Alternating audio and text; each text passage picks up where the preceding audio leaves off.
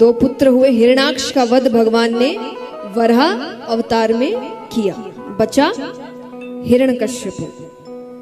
भाई की मृत्यु का बदला लेना है उसे। उसका विवाह हुआ कयादु नामक कन्या से, जिनसे उनको पुत्र हुआ प्रहलाद। बचपन से ही सिखाया गया कि भगवान यानी तुम्हारे पिता राजा हिरण्यकश्यप। ठीक है, बच्चा है, मान गया। अब यहां पर भगवान से युद्ध करना है तो भगवान जितना शक्तिशाली तो बनना पड़ेगा उसकी नजर में, वरना भगवान जितना शक्तिशाली तो कोई है ही नहीं। पर उसे ऐसा लगता है तो उसने कहा कि उसके लिए तप करना पड़ेगा, कुछ वरदान लेने पड़ेंगे। तो अपनी पत्नी से कहता है कि मैं तपस्या करने जा रहा हूं, कब लौटूंगा पता नहीं। ठीक है, जाता है, कुछ दूर जाके पेड़ के नीचे बैठता है, तब शुरू कर रहा है ब्रह्मा जी को प्रसन्न करने की कोशिश। उसी पेड़ पर एक सूवा बैठा था, सूवा यानी तोता। उसने कहा नारायण नारायण नारायण। हिरण्यकश्यपु ने कहा आज दिन ही खराब है। तब शुरू किया नहीं कि शत्रु का नाम हो गया, तो वापस घर लौट आया कि आज नहीं शुरू करेंगे। अब शगुन हो गया उसकी नजर में। घर आ गया तो पत्नी ने कहा कि आप तो तप करने गए थे, इतनी जल्दी लौट आए। उसने कहा रे मैं गया, पर वो पेड़ के नीचे बैठा था तो पेड़ पर एक सूवा बैठा था, उसने कहा नारायण नारायण नारायण। पत्नी यहां पर सोचे कि ऐसे तो भगवान का नाम ये कभी लेता नहीं, हमेशा शत्रु है शत्रु है, विष्णु शत्रु है। मुश्किल से इसने 3 बार नाम ले लिया। अब ये 3 को मैं 108 करवा दूं, एक माला तो हो गई, पर कैसे कराए उसे डर लग रहा है, जल्दी से तो नाम लेते नहीं। अब वो हर कुछ देर में काम करे, काम करते करते आए, ऐसे दिखाए जैसे आप पहली बार नजर पड़ी है, और फिर पूछा अरे आप तो तपस्या करने गए थे ना। अरे वो कहे मैंने अभी तो बताया तुमको, मैं गया था, पेड़ पर एक सूवा बैठा था, उसने कहा नारायण नारायण नारायण। 6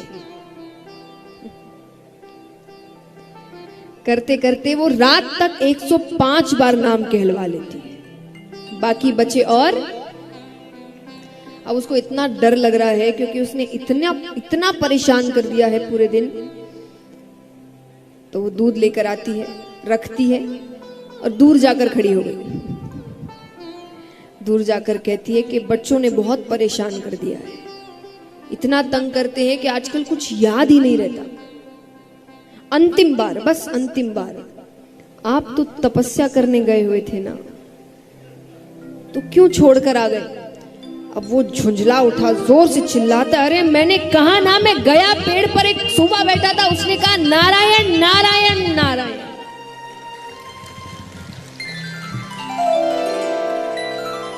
पत्नी कहे अब याद रहेगा। वो कुछ दिनों बाद फिर वापस तप करने जाता है। काफी समय तक उसने तपस्या करी। ब्रह्मा जी प्रसन्न होते हैं।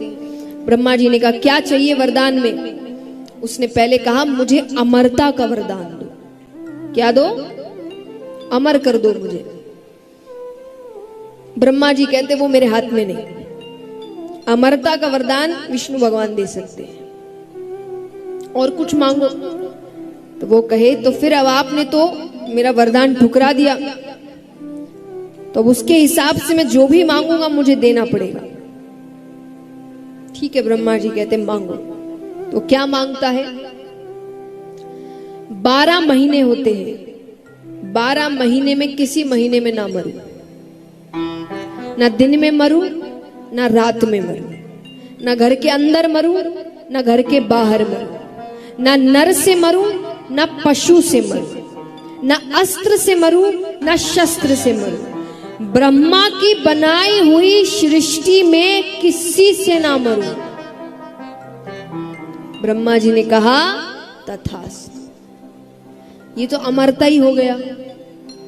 जब कोई मार ही नहीं सकता तो वो मरेगा कैसे?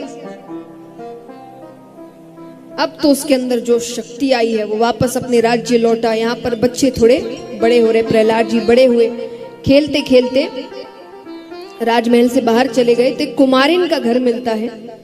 वो कुमारिन के घर में वो देख रहे कि वो कुमारिन रो रही है।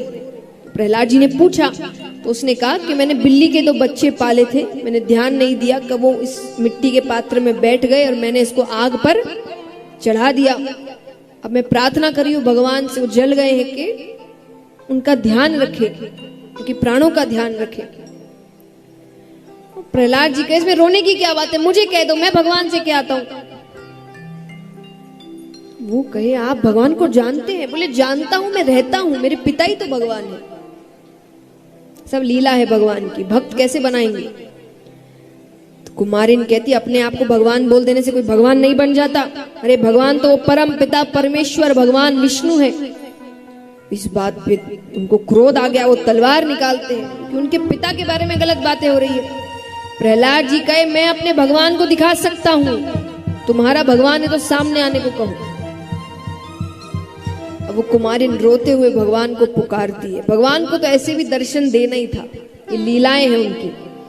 वो रोती है और सामने साक्षात परम पिता परमेश्वर भगवान विष्णु खड़े होते हैं।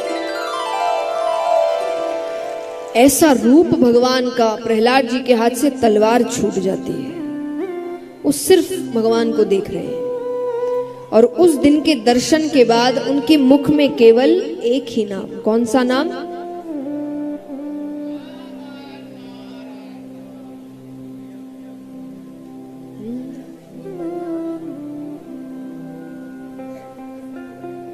आइए, अब प्रहलाद जी कुमारिन के घर से लेके अपने घर तक नाचते कूदते हुए जा रहे हैं। क्या नाम जप करते हुए?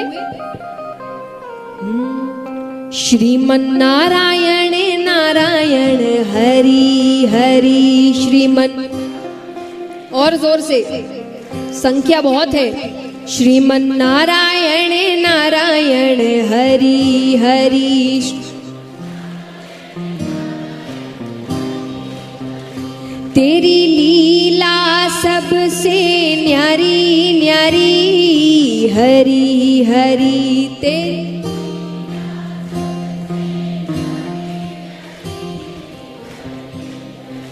तेरी महिमा प्रभु है प्यारी प्यारी हरि हरि।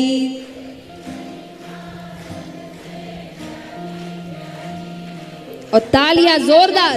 श्रीमन नारायण नारायण हरि हरि, श्रीमन नारायण नारायण हरि हरि, भजमन नारायण नारायण हरि हरि, भजमन नारायण नारायण हरि हरि, तेरी लीला सबसे न्यारी न्यारी हरि हरि,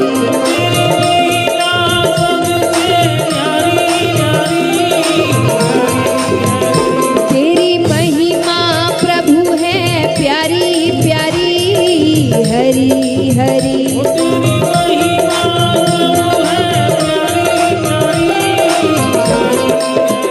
श्रीमन नारायण नारायण हरि हरि,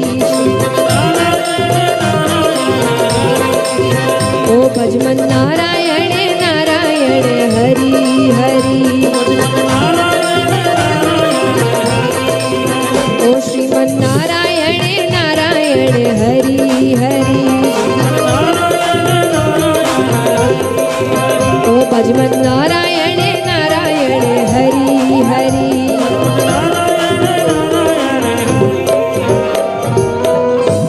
अब यहाँ पर वो राजमहल तक श्रीमन नारायण नारायण नारायण कहता हुआ आ रहा है। उनकी आवाज दूर से आ रही है, दूर से आवाज पहचान में नहीं आ रही तो राजा जोर से चिल्लाता है कि कौन है ये जो मेरे राज्य में मेरे शत्रु का नाम ले रहा है। सेवकों ने कहा कि तो राजकुमार प्रहलाद है। राजा ने प्रहलाद को अपने पास बुलाया। दूसरे सेवक से कहा कि गुरुकुल से गुरुजी को बुला कर लाओ। गुरुजी माने हमारे आपके गुरु नहीं, जैसे द्रोणाचार्य जी थे ना, कि राजाओं के बच्चों को अच्छी विद्या सिखाते थे, वैसे ये दैत्यों के भी कुछ गुरु हैं जो गुरुकुल खोलकर बैठते थे और राक्षसी विद्या सिखाते थे कि राक्षस कैसा बनना है। तो वो वहां से गुरुजी को बुलाते हैं। अब यहाँ पर वो समझा रहे हैं कि पुत्र, मैंने तुम्हें बताया ना, भगवान यानी तुम्हारे पिता, तुम किसका नाम ले रहे हो?